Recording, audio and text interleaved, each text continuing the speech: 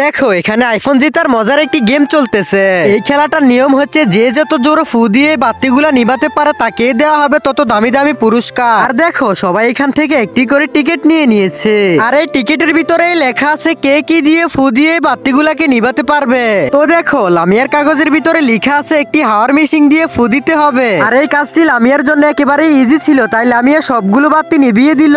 তো এর বিনিময়ে লামিয়া কি পেলো তা দেখলে তোমাদেরও চোখ কপালে উঠে যাবে। কিন্তু তা দেখার আগে তুমি মুসলমান হওয়ার পরেও যদি শয়তানকে ভালোবাসো তাহলে কিচ্ছু করতে হবে না। আর আল্লাহকে ভালোবাসলে লাইক সাবস্ক্রাইব করে কমেন্টে আল্লাহর নামটি লিখে যাও। আরে বাবারা লামিয়া, তুমি তো একটি ল্যাম্বরগিনি কার জিতে গিয়েছো। আরে ভাইয়া ওয়াও, আমি জীবনে লাইফে প্রথম এত দামি একটা জিনিস জিতেছি, তাও আবার এত সুন্দর একটি কার। এটা তো আমি বিশ্বাসই করতে পারতেছি না। আচ্ছা আচ্ছা ঠিক আছে, এবার তো বাতিগুলো নিবানোর জন্য সানিয়া চলে আসে। আর সানিয়ার সাথে ঘটলো একটি দুঃখজনক বিষয়। এই হাতে থাকা যন্ত্রটি নাকি সানিয়াকে মুখে লাগাতে হবে। আর এটি মুখে লাগানোর পর সানিয়ার মুখ দিয়ে এক ফোঁটাও বাতাস বের হচ্ছিল না। আর এতে রাগ হয়ে সানিয়া এই খেলাটি থেকে চলে যায়। সে বলতে থাকে এই খেলাটি আর সে কোনোদিনও খেলবে না।